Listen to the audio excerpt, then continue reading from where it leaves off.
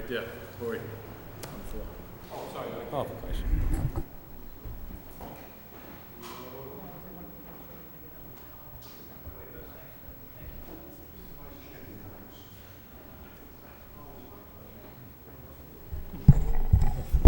Do this.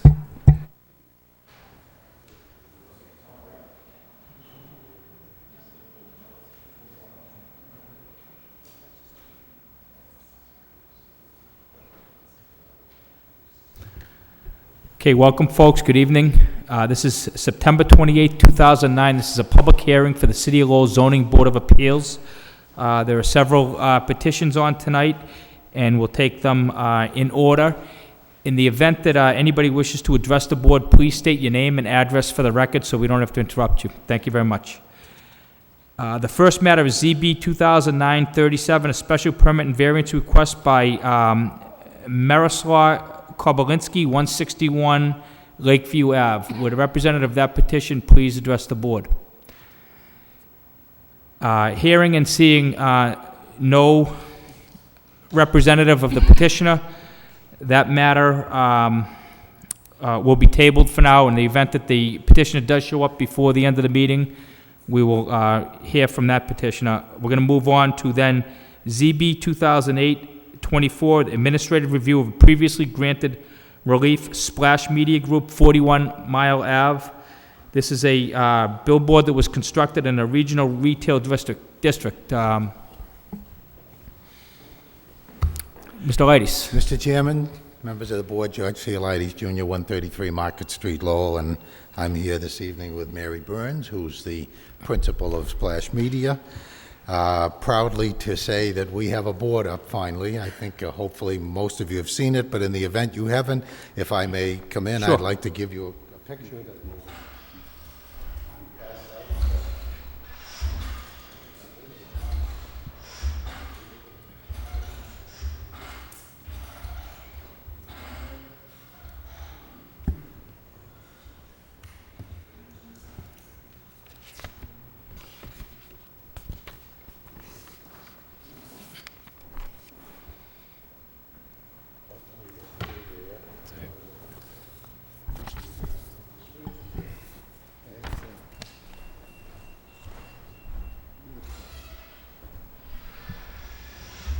So, as I said, it's up.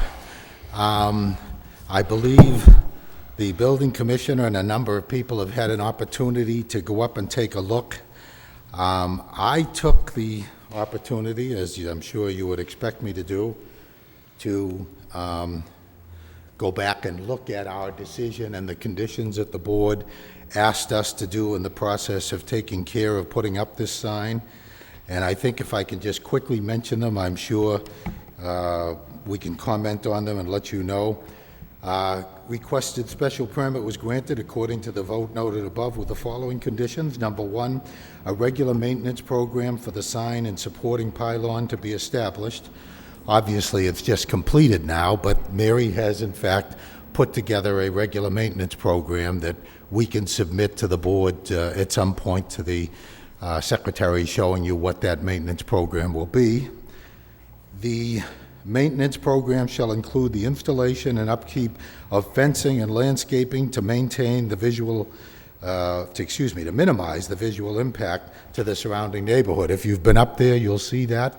I think we've done a great job of getting a fence up there that looks good and helps to keep people away, anybody who may want to be trespassing near the pole, and we've taken care of that. Item 2 is the owner shall upon written notice remove any and all graffiti within 7 days of notification. Well, of course, we know that that's a condition that we'll have to live with the entire time that's there, and I can assure you that we will take care of that. It certainly is doubtful to my mind that anyone can easily get near it. I know there are people out in TV land who are watching this, and I don't want to challenge anyone to do it, but it's going to be very difficult for anyone to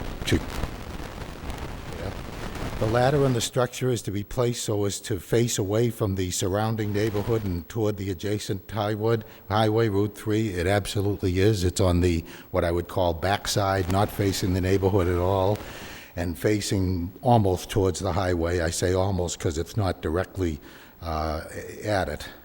The owner shall provide a minimum of 4 facades, 2 sides per year. I'm going to skip that. That relates to the advertising. I just want to make sure we cover the rest of it, the advertising with the city. Number 5 is the petition is subject to review by the board every 6 months to ensure compliance with the conditions of approval. Or any violations may result in the revocation. We certainly know that, and we certainly are going to make sure that it complies with the wishes of this board at all times. Finally, prior to the application or owner changing any portion of this approval, a new plan must be presented.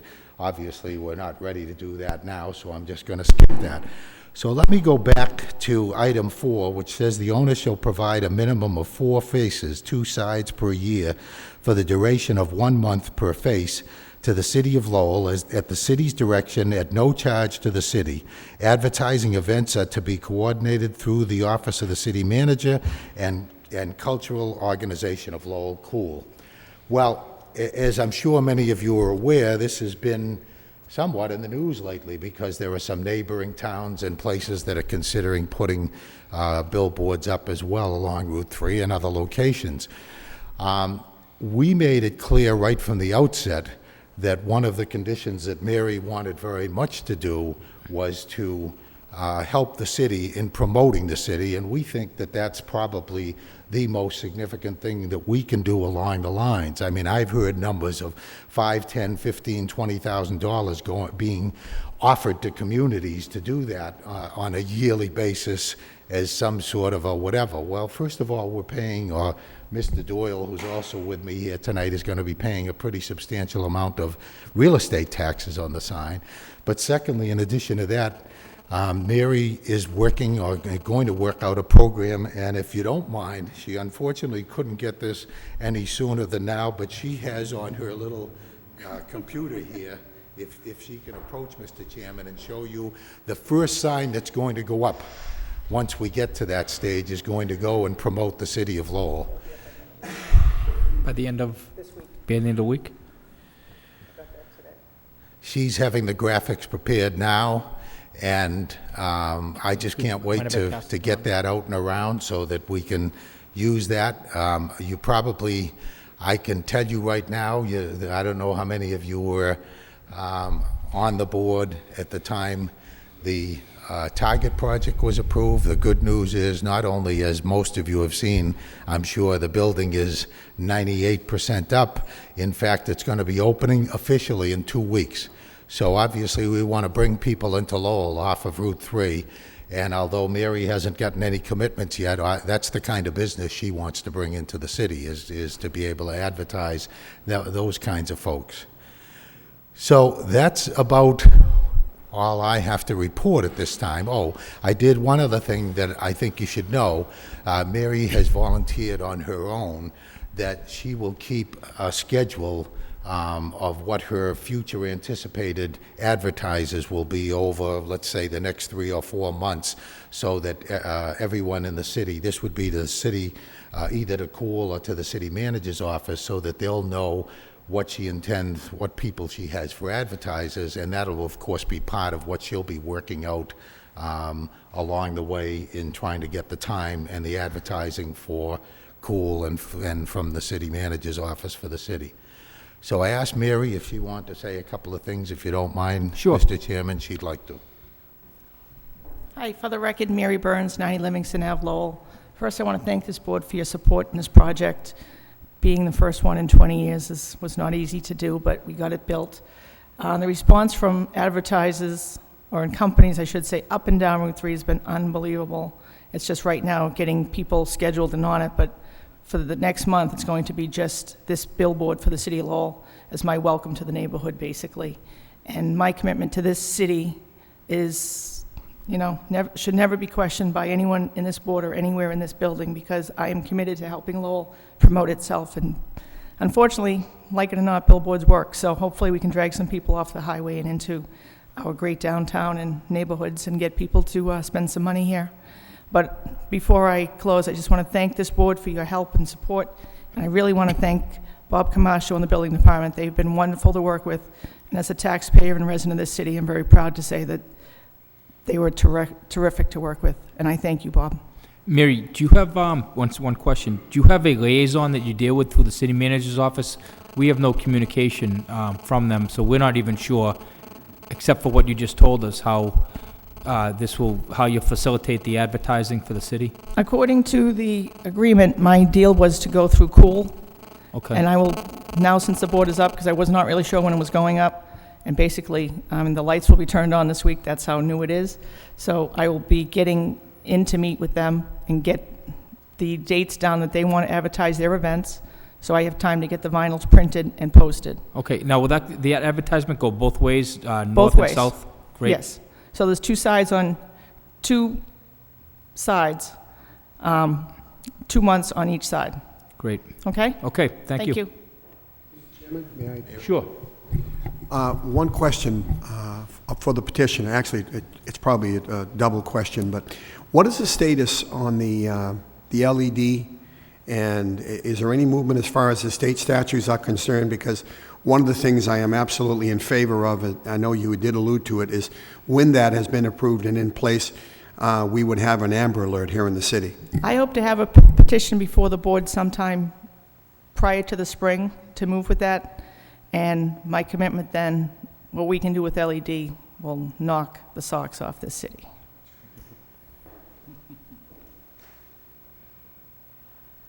That's it from me, but we'll be glad to answer any questions any of the members of the board have, Mr. Chairman. Okay, Bill, any comments or questions? No comments, Okay, Mr. Chairman. Jack, you all set? All set, And thank you. Vesna? Corey?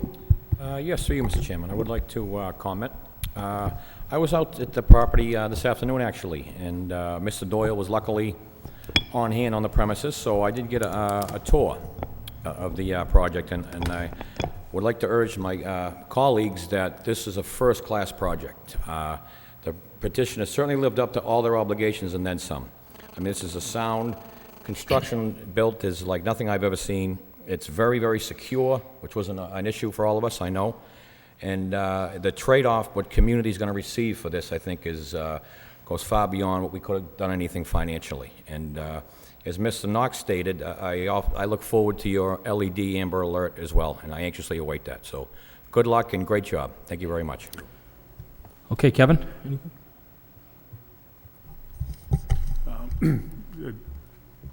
Visual inspection, having gone by, it looks like a very secure and well-constructed project. So, and it upholds all the conditions, so I'm pleased to see that so far, so good. Thank you. Good. And Rick, anything? No comments, Mr. Chairman. Okay, I think you're all set. Thanks a lot and good luck with it. Thank you very much. Thank you Okay. very much. Okay, the next item on the agenda is ZB 2009-38, a special permit for telecommunications. The applicant is Clear Wireless LLC at 900 Chelmsford Street in Lowell, and the petition would like to install a panel of antennas, microwave dishes, and associated equipment cabinets, allowing a rooftop communications facility for Clear Wireless LLC according to Section 7.6 of the zoning ordinance. There was a letter submitted to the board recently that I'll read into the record. Centerline dated September 28, 2009, addressed to the Board of Appeals, care of Kimberly Hayes Hackett, 375 Merrimack Street, room 55, Lowell, Mass. 01852, regarding Board of Appeals continuance. Dear honorary members of the Board of Appeals, I would like to request a continuance in respect to the special permit for a telecommunications facility on the Cross Point building located at 900 Chelmsford Street and reschedule for the October 14th hearing. Clear Wireless is currently preparing supplemental documentations that will not be completed on time for the hearing tonight. In order for the Board of Appeals to have a complete understanding of the proposed telecommunications facility, Clear Wireless feels it's best to delay the hearing until October 14th, where we'll be able to present all materials related to the site. Thank you for your time and consideration. Feel free to call with any questions. Signed by John Marcus Penard, Real Estate Development, Centerline Communications LLC, in Canton, Mass. Is anybody here wishing to address the board on this? So hearing none from anybody, we will consider the request for a continuance until the October 14th hearing. And Stephanie, that is when the next meeting is, correct? Yes, okay. All in favor of continuance, say aye. Aye, sir. Aye. Any opposed? So that matter will be continued until October 14th, 2009. There'll be no further advertising. Anybody wishing to address the board in favor or in opposition to that petition is welcome to come October 14th, 2009 at 6:30 PM. Thank you. The next item on the agenda is ZB 2009, number 39, special permit for variance signs, T-Mobile Wireless Stores, 497 Chelmsford Street. The petitioner would like to install an internally illuminated commercial marquee sign for T-Mobile consisting of individual letters that exceed the required height according to section 6.3.9 and 6.3.2.11B of the zoning ordinance. And just for the record, we do have, before the petitioner addresses us, we do have a memorandum sent from the city of Lowell, signed by the chief design planner, Diane Trad, regarding this petition, and she writes that this property is located in a regional retail district. I recommend approval of a special permit for internal illumination at this location after discussing the lighting with the sign maker. The marquee sign itself is not translucent, and the light will be cast below the awning and will not spill out onto any sidewalks or residential areas. The applicant is also requesting a variance from the 16-inch height restriction for the marquee sign. The proposed sign has been designed with 20-inch letters, which is acceptable given the limited amount of text on the sign and the size of the marquee, which was designed to be built over the existing overhang. I recommend a variance be granted for this signage. Sir, would you like to state your name and address the board? Good evening. I'm Steve Brickett. I'm with Magellan Signs out of Middleton, Mass. I'm representing MC Sign out of Ohio and their client, the franchisee for T-Mobile. Okay, what I'd like to do, after you tell us what you plan, if it's anything different from that, is take two votes. So one vote for the special permit and another vote for the variance, and that way it's separately memorialized so we have it for the record. Very well. Okay? Mr. Chairman, Yes. I won't be able to vote on this because of conflict. Okay, so Stephanie, Thank you. Rick will not be voting. Okay. So other than what the chief designer, Diane Trad, told us, what would you like to tell us, sir? Actually, I think in your package you probably have an example of the awning with the text at the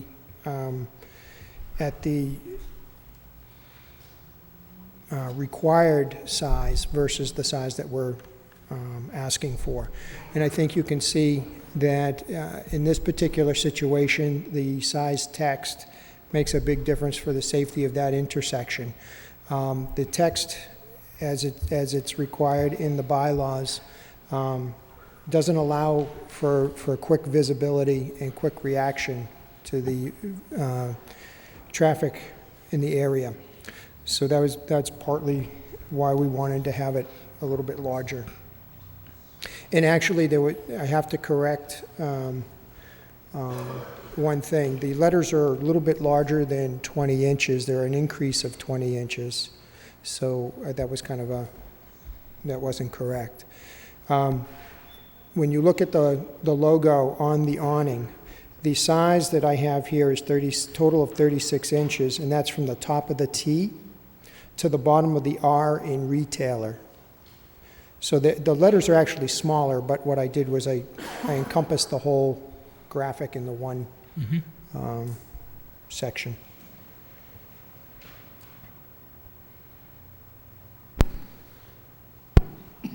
Okay, so for the special permit, clearly, what you're saying is it's not going to have any negative effect on the surrounding area, and it actually has a safety value to it. Exactly. Okay.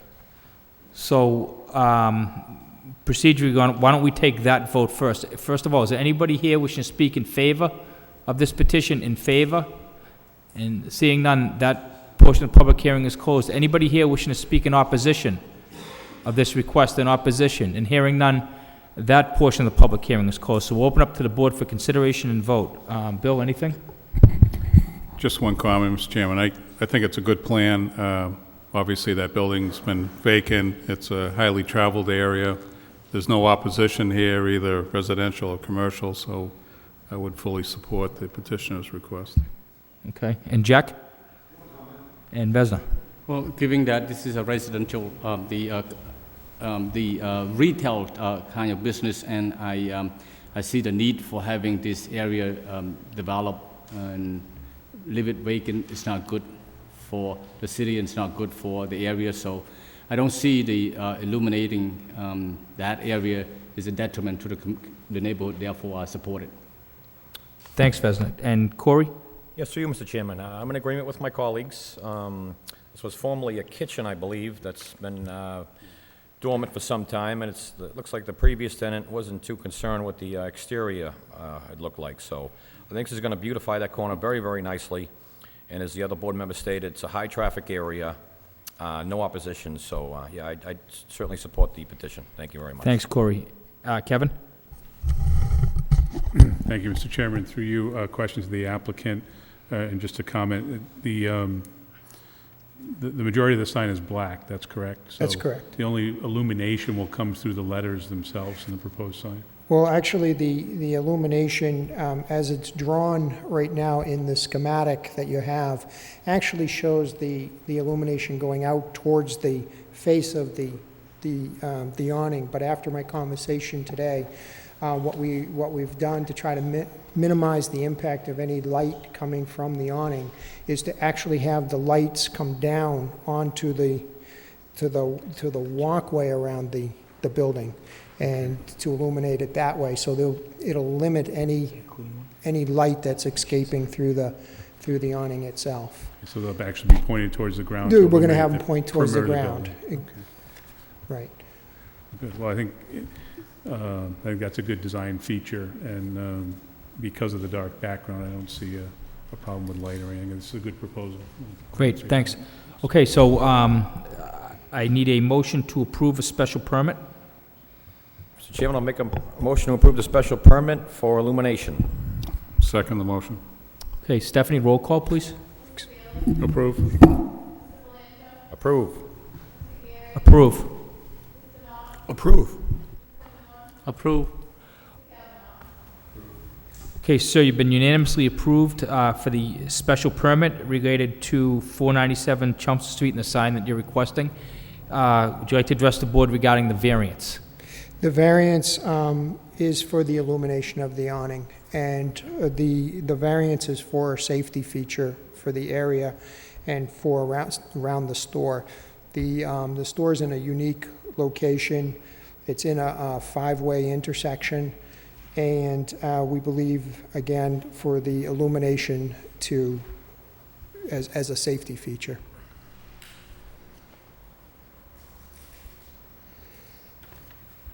Okay, and, I did notice that the way the lot is in the picture, and obviously very familiar with the site, the way it sits on that corner is a little bit unique in the way that lot is shaped as well. And in order to get the benefit of the sign, I think that, you do meet the requirements for the variance in that respect. So, one thing, if you could do, if it's approved, if you could send proposed findings of fact to the board just about, the reasons for that you just discussed. Absolutely. All right, and you could send those to Kimberly Hayes Hackett. If you didn't already, usually it's required in the application process, but you may have already done so. Yeah, I'll Okay, just double-check. coordinate it with her, that's no That's big fine. deal. That's just for the, when she prepares the decision, Okay, very okay? well. Would anybody like to comment on this, Bill? Jack? The only comment I would make is I agree with my fellow board members. I think it's a very thoughtful and intelligent presentation complimenting the neighborhood, and that's all the comment I would make. Thank you. Corey? No comment, Mr. Chairman. And Kevin? No comment. Okay, so we'll take a vote. If I have a motion? Mr. Chairman, I'll make a motion to approve the variance regarding safety issues at 497 Chelmsford Street. Well, you make a motion to approve the variance for sign types, correct? It's for the illumination of the awning and the marquee awning. Okay, so that would be the motion. I just thought you said safety, I wasn't sure. Yeah, I did. Okay, so I need a second. Second. And roll call, Stephanie. Approve? Approve? Approve.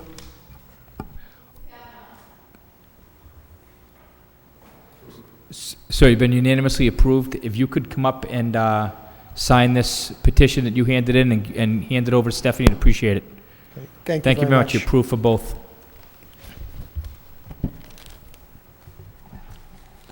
Okay, I'm going to call again one more time for ZB 2009-37, a special permit and variance request. The applicant is Marislaw Kobalinsky, 161 Lakeview Ave. A petition would like to convert a two-family to a three-family dwelling with insufficient lot area per dwelling according to Article 5, Section 5.1, with the insufficient off-street parking according to Section 6.1.4.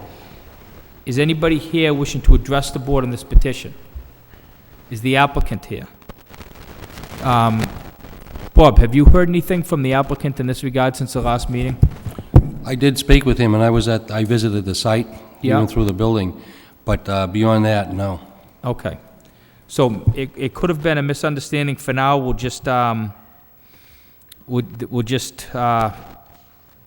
Yes, there's certainly no representation here tonight, Mr. Chairman. Would you like to continue it till the end of October, perhaps, or what do you feel? Is it? well, I think what maybe we should do is just take no action on it at all, and it's up to the applicant now to do whatever they feel they want to do to put it back on the agenda. So I think it's better if we take no action. So a vote to take no action. All in favor, say aye. Mr. Chairman, Any opposed? No. Steve. Oh, I'm sorry, Just- Bill? Just a quick question. If the petition is going to come back, are we going to receive anything before? How will we know when they're coming back? Well, I think the way we left it last time is they were going to coordinate through the inspectional service, through Mr. Camastro's office, which they obviously did to some extent, and then we were going to get some sort of notification as to what was going on, like we do from the various departments, but we never got anything, so they never followed up with it. So my guess is they're going to have to advertise again and put it back on and start from scratch, which I think they probably had to do anyway, based on the Okay. plans we saw. Thank you. Mr. Chairman, they also have to submit a new plan to us as well. I think from the last meeting, we said that to them. Right, so I think, and it's up to the zoning officer, but I think they'll probably have to reapply based on their failure to appear tonight and not following up with any amended or redone plans. So I think if we just take no action, it's probably a safer course of action than taking any definitive action. I don't think continuing it does any good at this point, because this was continued to tonight, and they haven't really, we don't have any evidence that they've done anything to further the matter, so at least that's my suggestion. We can discuss what other options we have. If they don't show up on November 14, is that the time we're going to vote up and down on it? Well, no, we're not going to put it on for another hearing. What I'm suggesting, it's just my suggestion, we can do whatever we want, but if we take no action at all, then it puts the burden on the applicant to then do whatever they think they have to do to get it back before the board, and it's not our problem. And I think probably, like I said, that's the safer course of action, because if we take, I'm not sure what the consequences are if we take action if they don't show up. I don't, everybody was notified to be here today. I don't see any of the opponents that were here last time either, so something tells me that, maybe for whatever reason, they're not going forward. But if we take no action and they want to bring it before the board again, then we may see them again, we may not. So my suggestion is to take no action, but I'm open to discuss any possible. Motion to take no action? In the second? A second it? All in favor, say aye. Aye. Aye, sir. No action will be taken on that petition.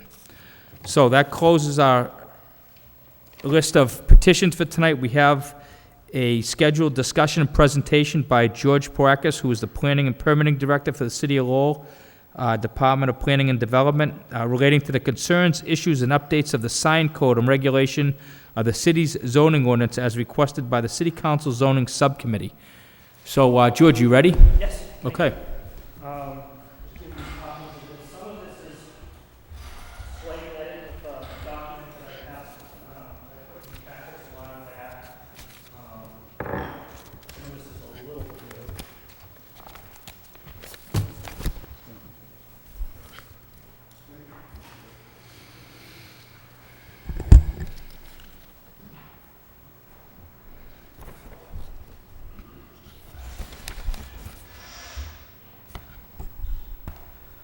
I think it's been almost, it's been at least 9 or 10 months since the first question came up at the zoning subcommittee on zoning, I mean, the council subcommittee on zoning, first in the full council and then the zoning subcommittee, about the status of the city sign code. We took a closer look at this. We presented to the zoning subcommittee.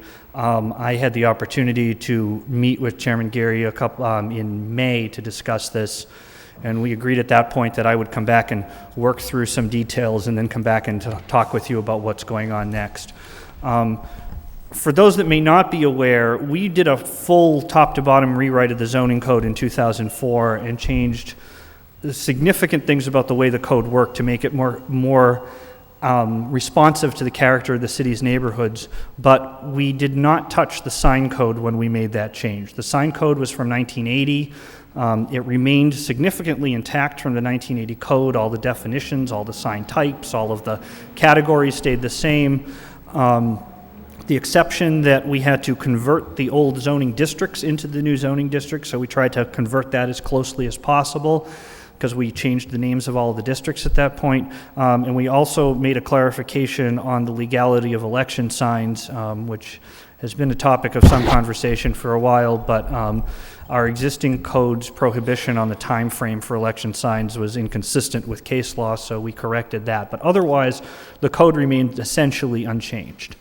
When we looked at that more recently, we brought up a couple of issues that existed with the existing code, and they're the 6 points that are on the first page. Actually, we brought up really the first 2 issues on the page, or the first 3 issues on the page, and then when I met with your chairman, he brought up some of the others. So we tried to outline kind of what issues we could try to address by doing a complete relook at the sign code and where we could take that.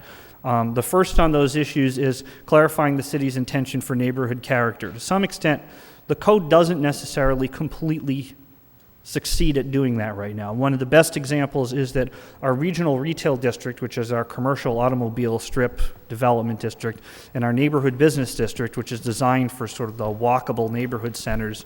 Imagine the outer end of Middlesex Street in the Highlands and compare that to the first blocks of Bridge Street in Centerville. Both have the exact same set of regulations for signs, even though the character and the condition under which people are seeing those businesses is completely and radically different. The second on the list is addressing new technology. There are a whole number of sign types that have been created that did not even exist in 1980 when this code is written. Figuring out how an electronic message center is listed as a sign is kind of difficult, but that's one that has come up and been before the board. There are others that we haven't seen a lot of, everything from these flashing balloons that you blow air into, to people painting signs on the treads of stairs, to the new thing now they do where places will shine a light on a sidewalk advertising their business. I mean, it's amazing the technology that sign companies have come up with, some of which may be completely appropriate for places in Lowell, and others of which may be worth at least a review by the Board of Appeals, but they tend to fall into these nebulous middle ground categories where it's not clear what category they're in because they haven't been defined yet. The third item on the issue on the list is a little bit difficult to describe the challenge of, but essentially, a lot of times what it appears occurs is you see a lot of applicants individually on a sign-by-sign basis who come before the zoning board looking for a sign, a variance, a special permit on an individual sign, which seems and probably is harmless enough. The neighborhood and the neighbors who tend to come in and oppose multifamily homes and other things don't always necessarily rush to a zoning board meeting to discuss an individual sign. And we may sometimes at DPD express some reservations about that individual sign, but in reality what we're trying to look at is that the sum total of signs on that street may start to become a problem. So it's okay, it's perfectly reasonable, and it seems, I certainly would feel the same way, perfectly reasonable to approve a sign to help a business owner do what they can to move forward, until a month later when you get the guy next door coming forward and he wants the bigger sign because he's now blocked by the other neighbor, and then the next one wants the bigger sign, and then the next one wants the bigger sign. And there's little in reading the code itself that really outlines the city's planning objectives for signs. So you end up trying to take these on a case-by-case basis, and it's very difficult to say no to a business owner when there's no opposition sitting in the room to an individual sign, even though the sum total of them may start to cause a problem. So That's been a challenge. And then the last three items on the list, the application material and the fee schedule in particular, I mean, one of the things that's sometimes difficult is that the application material for a sign is similar to the application material for somebody who wants to add a deck on their house or something else. I met with Chairman Gary. We were talking a little bit about this, about how maybe some better guidance into exactly what you need in a sign application might help ensure that you get a better, more complete package. I know Diane Tratt, our chief design planner, who reviews a lot of these things, finds a lot of them are missing some of the information she wants to have in order to be able to make a reasonable recommendation to you. And then we also talked about looking at the fee schedule to see if maybe the CVSs of the world could maybe be more reasonable to pay a larger fee for the more significant requirements that go into reviewing their sign than maybe a small neighborhood business that just wants to put up an illuminated sign on their neighborhood business. And then the last thing, I'm not going to get into a lot of detail of this tonight, but as communities have rewritten their sign codes, a lot of them have decided to take them out of the zoning act and put them as a separate ordinance. That would not change the method of review or the process of review. It has in some communities, but our goal would be not to do that. It would mainly be to relieve the sign code of some of the grandfathering regulations and exemptions that the state zoning act is subject to. And the Attorney General's office has said that signs can be regulated either through zoning or general ordinance. Some communities prefer the general ordinance. I think it's worth having our law department take a look at. I'm not going to make a recommendation one way or the other on that because there's too many complications to it. Excuse me. So the second page outlines kind of 10 steps to what we're doing. Very quickly, the first 4 deal with neighborhood character. The first 3 are mainly about rewriting the code, expanding and editing the sign table itself, addressing the need for different allowed sign sizes in different neighborhoods. So maybe you allow an internally lit sign in both regional retail and neighborhood business, but the logic might be that the size limitations, which are currently the same in both districts, might be different depending upon which district you're in. Providing performance standards for internally lit signs. A lot of times I think you'll see the comments you get back from design planners say, internally lit letters on a darker background is better than a fully internally lit sign in terms of the impact on the neighborhood, but we don't have a distinguishing point between those two in the code at all. And then number 4 is to work with you and the City Council zoning subcommittee and actually establish a guidebook to complement the sign code so that when someone comes in and has a sign issue and they're coming to building department to ask, can I do this? We can give them the guidebook as well as the zoning board application as well as the code, which provides some graphical direction on what people are looking for. And it would also help you be able to balance individual applications against, even though each one is unique, you'll have a better standard to balance it against if you have that guide. A lot of communities have done that. We have a pile of them from across the country we've started to collect, but we're trying to look for one. I mean, creating one for Lowell will be a completely unique experience because Lowell's case is unique, but we're trying to do the best we can to sort of learn from best practices on it. 5 and 6 are basically about addressing new technology. 6 is kind of a longer one because it addresses the electronic message centers, and more specifically, this was a major topic of discussion with the zoning subcommittee at the council. I think one of the goals surrounding that was to address maybe putting some basic parameters on what our expectations are going in. There have been a number of different communities that have done different things, everything from limiting their size, limiting their percentage of the message that can change. One thing that a lot of communities do is they don't let you flash changing. You can change it once a day or even once every 20 seconds, but if you have like moving animation on the signs, they're very distracting towards drivers, while at the same time you could get a message across just as clearly with something that just flips letters. So we're looking at the things on that bullet list. In fact, the ones that are on there in terms of percentages and square footages are sort of an early suggestion that kind of came out of the zoning subcommittee meeting, but we're kind of open to ideas on how that should work. All of those, by the way, would still be zoning board special permits. As an absolute minimum, I would expect that anything like that we would want to have before your board regardless, because it still may be inappropriate in certain locations. Number 7, something that Chairman and I discussed a little bit, was trying to see if our design planner who writes your comment letters for signs can actually participate in meetings, so that sometimes you'll have a better idea of where they're coming from when they, rather than just having a, as judges have often said, you can't cross-examine a piece of paper. It's a lot easier if you have an individual in the room to say, well, what did you mean you think this should be smaller or this should be different? We believe that with the hiring of the new design planner, which should happen sometime in October, we will be able to do that. And then 8 is developing a new application form, 9 is looking at the fee schedule, and 10, as I spoke of before, is looking at whether this makes the most sense. As it's done, Dennis, Groton, and Framingham were 3 communities that have set up the sign code in a general ordinance, so we're just looking at the logic of how that would work. The sheets that follow, there are 4 pages that I gave you behind. The first is just a suggestion on how purpose standards and special permit standards might work. The page behind it is the draft table of contents, which I'm coming to the conclusion after looking at a lot of places that the way that seems to make the most sense to do this is to categorize these signs in sort of 5 categories of sign types that are under 6.8.3 in there, which would be major on-premises, minor major on-premises attached signs that are attached to buildings, major on-premises freestanding signs are like the pole signs or the monument signs, minor on-premises signs like little address signs or signs giving you directional signs across a parking lot, off-premises signs, which include billboards or those, for sale signs, things that are advertising something that don't always directly connect to the site you're on.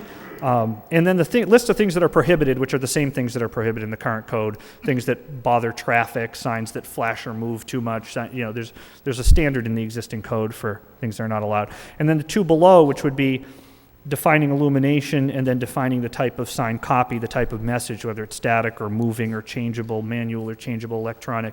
So each sign would fit into a type category, an illumination category, and a copy category.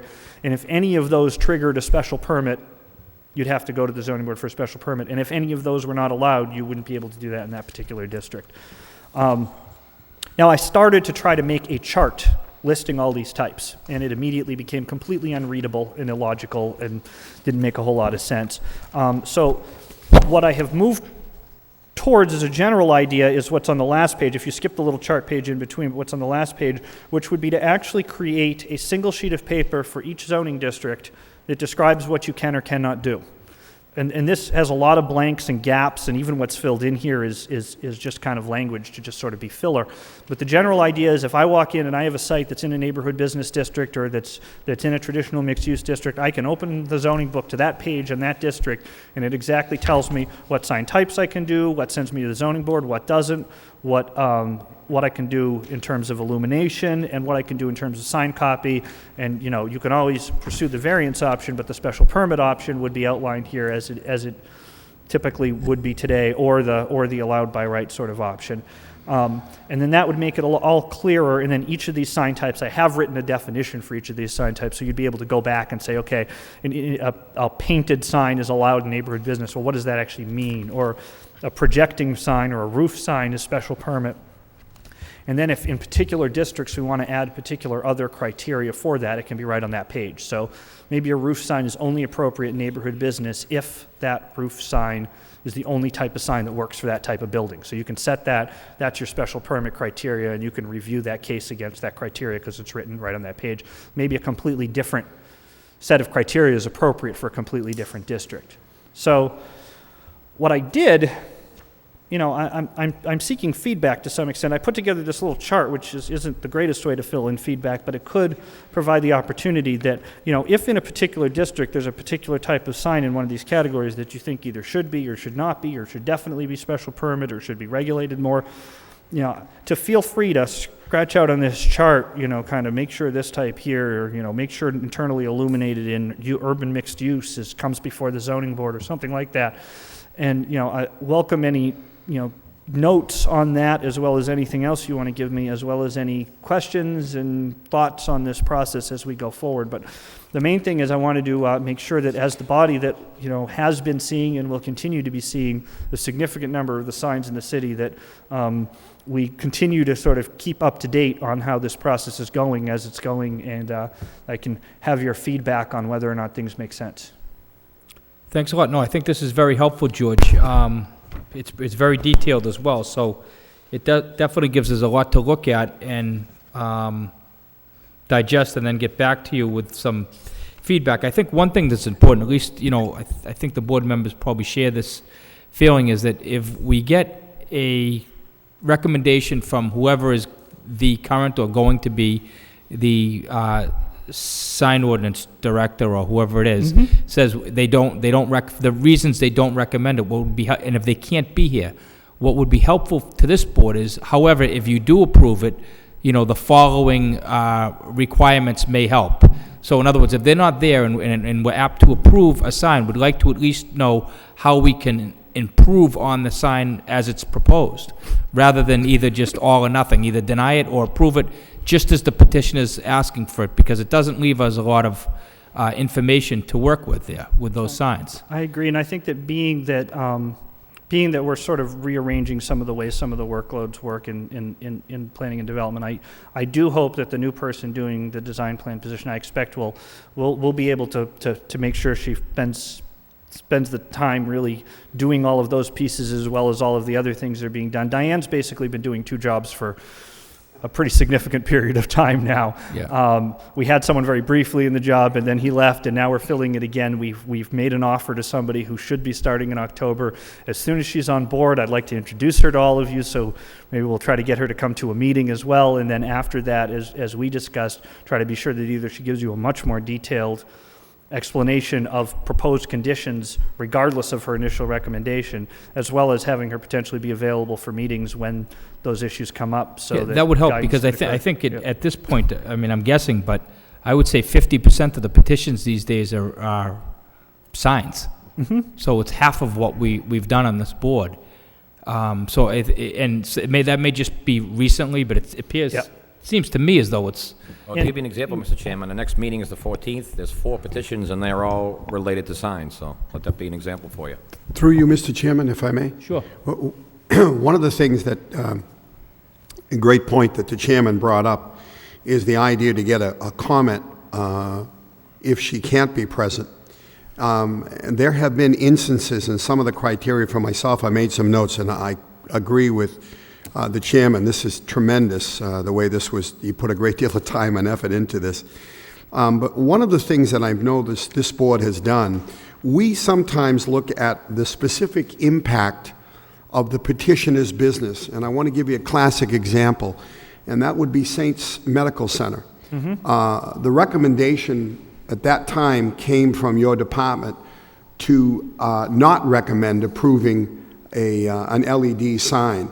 And I think that the petitioners felt as though when you looked at a hospital and the benefit it has and what it would do to help the community, we were in opposition to the recommendation. So I think there are specific instances throughout the course of a calendar year where we take into consideration the impact of the petitioner's business. And that's something that I'm anxious to discuss. The other point I would like to bring out would be when you say the sign does not detract from pedestrian and/or a traffic study, I'd be curious as to what the criteria is to use to come up with the term distract. Does that mean, in someone's opinion, as they walk down the street, it's a distraction? Because you mentioned pedestrians.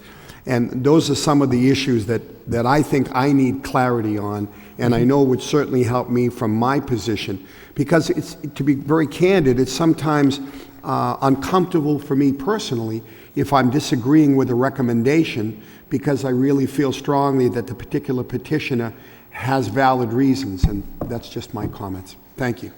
I agree in this. The Saint sign, first of all, I'll look at the impact of the business as something that can be added into the purpose and special permit criteria, so you have some flexibility there. The point you make about the sign does not detract from pedestrian and/or traffic safety is one of the proposed special permit standards, so it's basically something that the way this is written right now, it would be up to the board to sort of weigh that. I can try to provide more detail to that if that is helpful to you, so when you are weighing that standard, you have a better better opportunity to be able to weigh that standard, because I certainly don't want to leave you with vague standards by which to apply these things that leave you, petitioners and neighbors, debating what those standards mean. I certainly understand that. As far as, the particular case you mentioned, and that's, I think one of the things that draws to is one of the challenges of the lack of definition of the new technology in the in the code. I mean, the code doesn't really define what any parameter one way or the other for an electronic message center sign. So it allows you to go from everything from a static yellow sign on a black background to something that is a complete full color, multicolor sign. It then, without having anything that decides any of that, it probably causes our reaction to be, well, that's really not a good idea, so we say no. When in reality, as the chairman said, one of the things that may have been helpful in a case like that is more sort of a range of what you could or couldn't, have a back and forth discussion on. Is it, well, maybe it is appropriate, but maybe the full color isn't, or something like that. And you could have that discussion more if you had more interactive work on that. So that is something that between the code and the guidebook and the participation of the design planner, we would hopefully be moving in a direction where we can be more responsive to do that, and that this becomes a better interaction in terms of being able to get us to a point where we can come to more of a consensus on these things and figure out how to address them. Sure. Now, this, consider this an open forum. Anybody that wants to jump in whenever you want can, and don't worry about formalities, so. Yes, Mr. Chairman, I'd like to make a few comments that, to elaborate on your comments, Mr. Chairman, you made earlier. I think the system, for starters, is highly outdated. I mean, it's been almost 30 years, and the technology has come a long, long way. And, I mean, at this point, we only have so many LED signs in the city, roughly a handful or so, but something that tells me there's going to be more requests in the future. But I think this district zoning, getting districts where like a TMF or a UMF should not have the same rules, shouldn't apply to an RR zone or an SMU. Perfect example was a month ago, we had a petitioner, I think in Lower Highlands on Branch Street, where he wanted a pole sign that was roughly 40 feet in the air, which is basically going to be detrimental to his business, if anything at all. And the petitioner was well within his rights to request it, and he's probably not happy with us at this point, but he should not even have been here requesting that. That was ludicrous, and it's not anybody's fault, I'm not pointing the fingers, but this needs revamping. A small neighborhood business the rules should be different from a large highly traffic area on Middlesex Street or Chelmsford Street or whatnot. And I think I would like a week or two to review this. It's tough to absorb all at once, but I think we're well on our way to a new system, and Yep. I'll certainly keep an open mind there. I understand in this package, I'm dropping a whole bunch of new information on you this night, and you should feel free to take the time to review it, and I'm open to getting any comments back you may have on, particularly if you have cases or situations like that where you say this thing should definitely have not been allowed in this sort of circumstance, and he shouldn't have been able to even, that's not one that probably should have been on the special permit list for that particular district. But that's exactly the sort of challenge you're talking about if you read the code. And a lot of times you have these business owners will go to a sign company, the sign company will read the code and try to find the biggest thing they can sell them that's allowed under the code. And that is, if our code better defined what we were looking for, it might inform the conversation between the business owner and the sign company about what sort of things they should be looking to go in and see, and potentially head off a whole lot of these issues before they even reach you for a special permit, so that they're coming in with something that's more reasonably appropriate for the neighborhood that they're in. Go ahead. Yeah, how are you? Good to see you too. I know a lot of cities and towns go into sign review reviews. Yes. I don't know how the city would feel about it. I mean, it's a lot more red tape. But again, it has to do with what you just said. The company comes in, tries to sell the biggest thing, the best thing, and when they come in front of the group goes, that's not allowed in our district, or our area, or your area. So that's one of the things. I don't know if we could lean toward a group, or if that's just too much work. I mean, we have limited, personnel and stuff.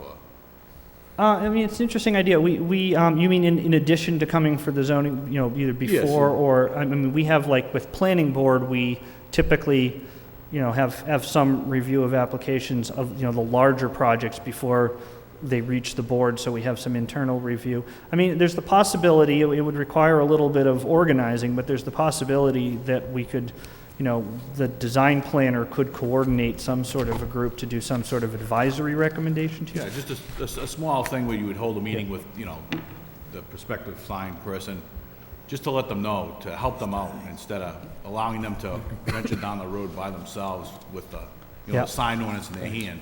I mean, we could certainly make a meeting with the design planner a part of the process, at least, to get them in meeting with that person. There are some communities that have a separate review board that actually does all the permits for signs. I didn't lean it, I mean, unless you all want to tell me you hate doing signs and would rather hand it off to someone else, I didn't want to do that. I got the impression that you have a very good system working here, and I don't want to, you know, Yeah. it made the most sense to keep it as a zoning board permit process. Even if it was pulled out of the zoning act, what a lot of places still do is they call it the you know, the zoning board of appeals shall be the review board for signs, it says in that ordinance, and it just remains that way. Yeah, no, not looking to get rid of that, just a board to help them out, you know. Yep. To give us information again, say, you know, this is what we recommend, but if you do, you know, pass this, we would like to see A, B, C, and D instead, like Steve, the chairman, said, that it gives us a little bit more, instead of saying straight out and out no, but, you know, we have other ideas, we all have seen other signs. Right. And then on the table, I think the table's a good idea. Black and white, not a little table to go through that, this is what's allowed. You get a lot of confusion with this. I'm getting used to it myself because we just adopted it in the town I work for. Yeah. I think black and white, this is what you can have, and it's in this district and that district or any other districts, it's all separate.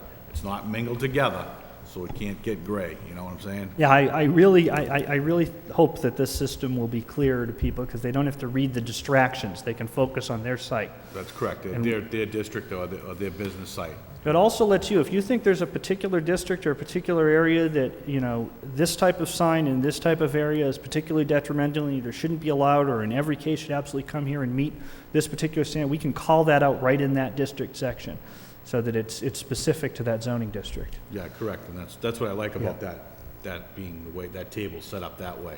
Yeah. Thank you, Mr. Chairman. So George, if you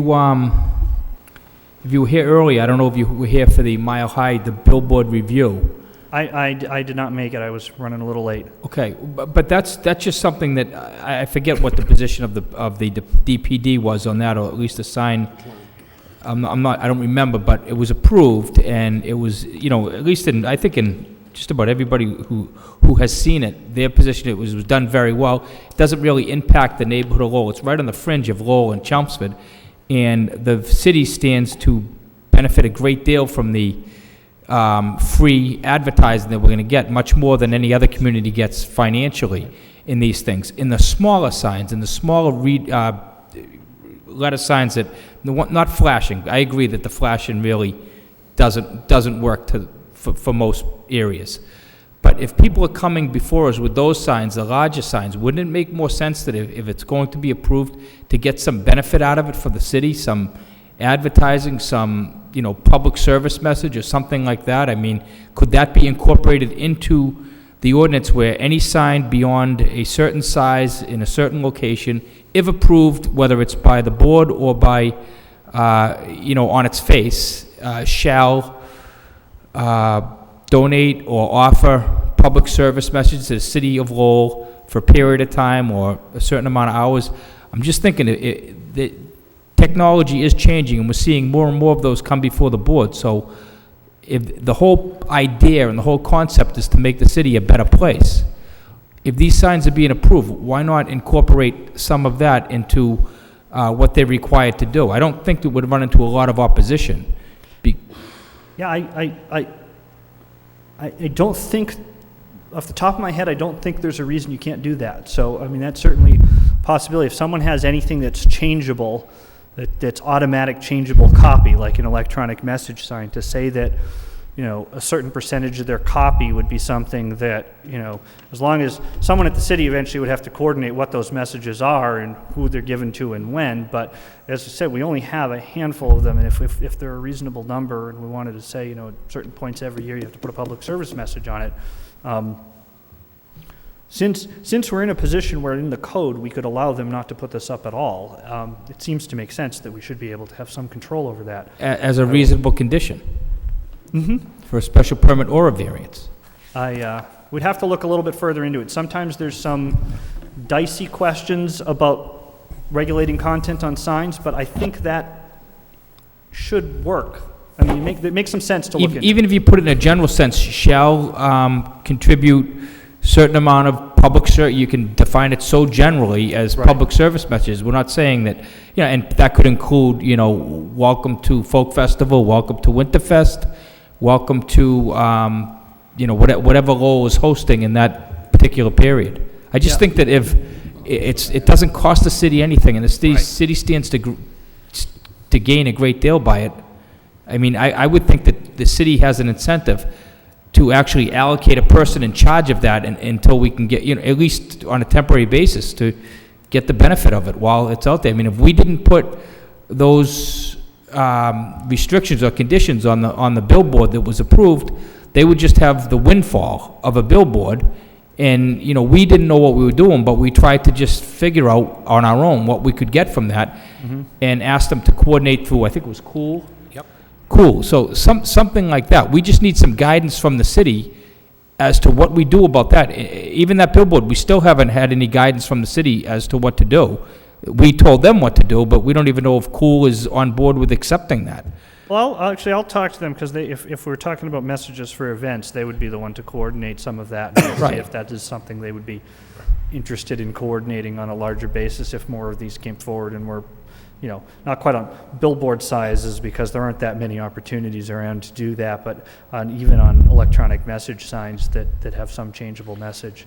With the particular petitioner that the chairman alluded to, they were more than willing, and may have even made an overture prior to doing something on behalf of the city.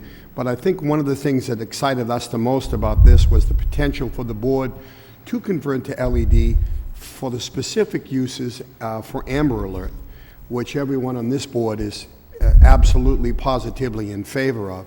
So any additional locations that would come up, and I think that's a great point that the chairman brought up, if we can somehow incorporate that and it serves a far more beneficial purpose to the city and the community, i.e. Amber Alert, to me, that's a no-brainer. Yeah, I'm not quite sure how, I'd have to look into it a little bit more, if the smaller electronic message signs are in a position where they can be fed and post Amber Alert messages, and the larger billboard companies are sort of set up to do that when they have, right. The smaller signs you could put, snow emergency, there's so many things that you could put that you'd end up putting signs that nobody could see. Bob? I think, I have to agree from inspectional services point of view. I think these are absolutely great. I think there's a good opportunity here that's nothing but a win-win situation for everybody. Tonight's example, I was out at that site today with that billboard, and I'm really anxious to see what the options are. And I think there's a lot of good that would come out of that. But on the playing the devil's advocate, on the other end, one of the things I think George should consider to make this work would be enforcement. If this is a condition of a particular sign and they're required to do A, B, F, and G, the procedure for enforcing that. If they don't comply, looking at the worst scenario, if you will, and what are the options of trying to enforce those conditions, and who would be responsible for enforcing them. I don't know if that means the person that was awarded the special permit, they were granted the special permit, and they were given an okay to put up a particular sign, if they were required to report to a city department twice a year when they were going to do those advertisements. I don't know that that's necessary. I don't know that it's not. I still think this is an absolutely great idea, and there's I think a very, very unique opportunity here that's a win-win situation. But at the same time, you want to get something in place that's enforceable as well. I don't anticipate many problems, but this is new ground. This is brand new for everybody. So I think I would ask George that he'd consider some of these things and what would it take for enforcement, or how they might proceed, or just take the applicant that was granted the special permit word for it at this point in time. Just food for thought, but I do think it's an I agree, absolutely great there is idea. definitely a manpower issue I didn't consider, but, that's, our worst-case scenario is they don't comply and it slips through our fingers, but, go ahead. It's difficult. I mean, and I don't know if there's any advantage to it, but, if it's in the zoning ordinance, the standard is you have that zoning enforcement, that the zoning enforcement officer can issue the $300 a day fine, and you have that strategy. If you pull signs out of the zoning ordinance, you can do just about any type of enforcement you can do under any type of general ordinance at that point, and you may be able to have more flexibility in terms of how you do that and who they report to and what they do. But I got to take a closer look at all of that. But one way or another, it comes down to one of the same challenges we've had everywhere, that it's tough to enforce these things unless you know what's going with all these pieces. So you're saying if the sign is actually out of the ordinance, if it's allowable in a certain way and the way it's written, then we have a better chance of enforcing it than we do through the traditional way if they seek a variance and get conditions or something along those lines? I mean, I think the process is the same. The question is, the zoning ordinance, the zoning act from the state is very rigid in terms of who can enforce it and what they can do to enforce it. If we remove it from the zoning act and do it as a general ordinance, I'll have to go back and look at the 3 communities I have as examples here that have done it with zoning board hearings, but still do it through a general ordinance, and see what they do for enforcement, see if it's any different than zoning. Because it might be, you might be able to change the fines, because zoning caps their fines in the zoning act. But I don't know, there just may be more flexibility to that, so it's worth investigating if that's a benefit. As I said at the beginning, I don't want to go too far down that road, because I without the law department's assistance on that, I am not a complete expert in the balance of that in communities. So do you think it makes sense to, meet with us in a few weeks or a month and give us an update, or, Yeah. so we stay on it and we don't lose track of what's going on? Even a couple of months, whatever time frame. If we, what's your first November meeting? I think that gives me 6 weeks. 9th? Yeah, well, if we can Chairman. try that. Just a quick thing. Yep. Go ahead, Bill.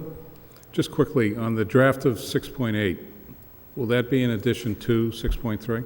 That would completely replace 6.3, and the only reason why I started it with a new numbering system is because all the subsections were completely different. So it would pretty much replace it, and I've still used 6.3 as a basis for it, to make sure that I'm not removing anything important from, no sign type that exists today is removed or disappears, or any of the prohibitions that are in the existing ones disappear. So nothing from 6.3 currently will be deleted? Essentially, basically none of the regulations in it would be deleted. Okay. But what we would do is, we'd replace the sign chart with these new sample tables. I took all the definitions and read through them all, and I'm working on just cleaning and tightening them up so they're clearer on what they mean, and then adding new definitions for all these types of signs that are new creations based upon really pulling together best practices I can find. But for the most, there's nothing in. There's the list of prohibited signs in 6.3, the standards for how you get a variance in 6.3, all of that just converts right over.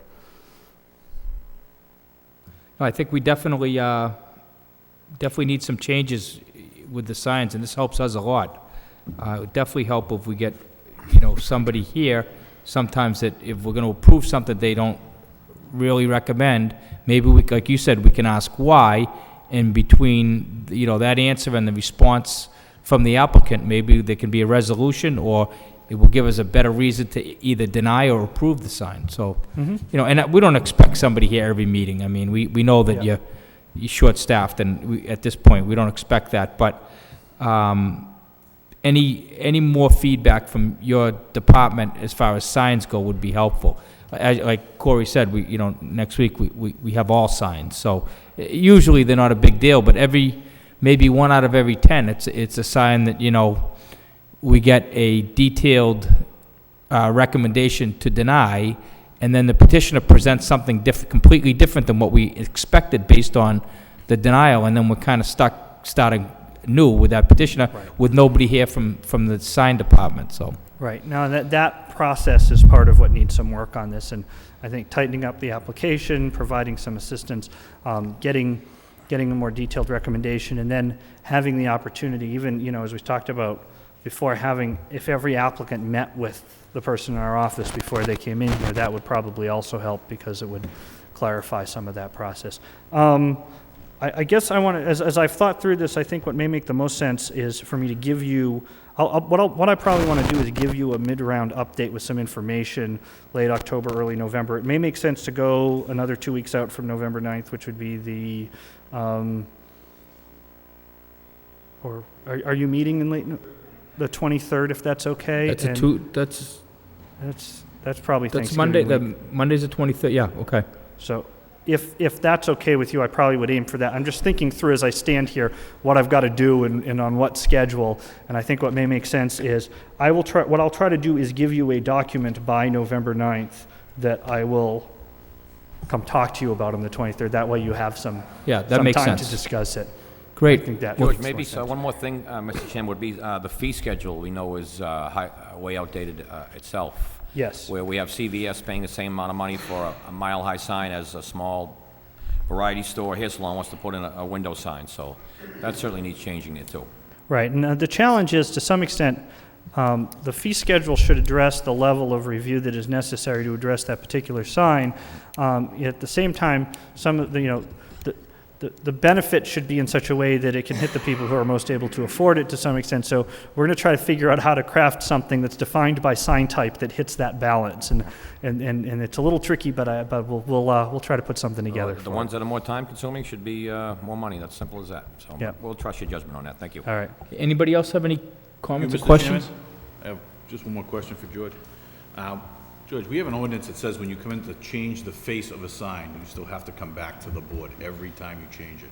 Are we gonna work on that, or, I mean, as long as you were to change a 4 foot, square foot sign with another 4 foot sign, I mean, you end up back here again. And again, usually it's the small businesses that, you know, take over a sub shop that was a donut shop that's now a cleaners or whatever, and they have to pay that fee to just change that 4 foot sign out again, which is always staying the same because they don't pay for another box. They just pay for the Refacing it. The refacing. Yes, yes. You know, when they reface.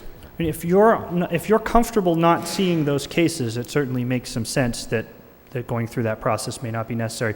We could do one of two things. I mean, we could either very clearly define the standards under which that doesn't have to happen, as long as like more of it isn't illuminated and, you know, the percentage of illumination is the same and it isn't too over the top. We could also potentially do an administrative process where they meet with the design planner and show the refacing, and if it's a simple, straightforward thing, it's administratively signed off and they go, and if there's a reason why we feel that is more complicated, you could bring them back to the zoning I board. would agree with that. I mean, it's just, it Yeah. seems like we're imposing a lot on most of the time, small businesses. It's never a CVS. It's always, not to use them as the victim, but it's always the small guy that wants to replace that small sign, and he has to pay the fee, come in front of us, and there's really, if it's the same for same, and like you said, if it stays and turn illuminated the same way and everything else, then that's fine. But if you want more, then you have to come to the board again. Right. So I would like to see something like that. I don't know how my fellow board members feel, but. Yeah, we all agree. Certainly. I think we all agree. Yeah, if that's the case, then I can set up some sort of simple administrative where someone just takes a look at it just to make sure that they aren't doing anything too outrageous on it, and then, you know, if that's the case, then it skips the board step, if that makes sense. What happens is they come before us and we look at them, we say, all they're doing is changing this. They make their presentation, we all sit there and there's no opposition, there's nobody speaking in favor, and then it gets unanimously approved, and it just, you know, uses a lot of resources, takes a lot of time when there's other petitioners waiting. So I think it would make more sense if it was done administratively. Bob? Yeah, that's been a problem. I mean, if there's a pre-existing sign, they've received approval already, a special permit internally lit, and if the conditions are exactly the same, they're willing to meet the original conditions, the only thing that changes, as Rick said, is the lettering. That's a real burden for these people to come back and go back to square one when really nothing has changed. They're still meeting the original conditions that were granted. So when they just change in the face like that, and if there's no change in size or anything, I think that's something that's really a significant thing to look at. Yeah, I think we all, it's, you know, for an applicant, it can be sometimes an intimidating process, come before the board. They don't know what to expect. A lot of them have never spoken publicly before, and all they're trying to do is just change the lettering on a sign, and it does, seems like a very difficult burden, You know, unnecessary. Rick makes a good point. That's a real big burden on the average small business. Yeah. An unnecessary burden, too, and cost. It seems completely contrary to the goal, because the purpose in the sign code is to be regulating context, not content, you know. Yeah. And if the content is all that's changing, it really does not apply to the need to go through that. So we can craft something that addresses that. If that's all we accomplish, I think that's a big step, so that will All help. right. Great, all right, so we'll see you on the 23rd, 23rd of Third. November. Great, well, thanks for your time, George, it's very All right. informative, very helpful. Sure, thanks a lot. Thanks. Okay. Okay, the last portion of the agenda, acceptance of minutes. Has everybody reviewed the minutes for May 11th, May 27th, and June 8th? Yes, we have, Mr. Chairman. All in favor of accepting the minutes to those three meetings, say aye. Aye. Any opposed? None opposed? The acceptance of minutes have been approved. And any further business? Nope. Oh, I'm sorry. Let me repeat this. We'll do this again. Actually, we did those three. Now we're going to do approval of the minutes from the May 11th, 2009 executive session, the May 27th, 2009 executive session, and the July 13th, 2009 minutes. Any opposition to accepting the minutes of those three dates? All in favor, say aye. Aye. The minutes for those three dates are accepted. Any further business, Stephanie? Any further business, anybody? I'll make Okay. a motion to adjourn, Mr. Chairman. All in favor, say aye. Aye. Meeting adjourned.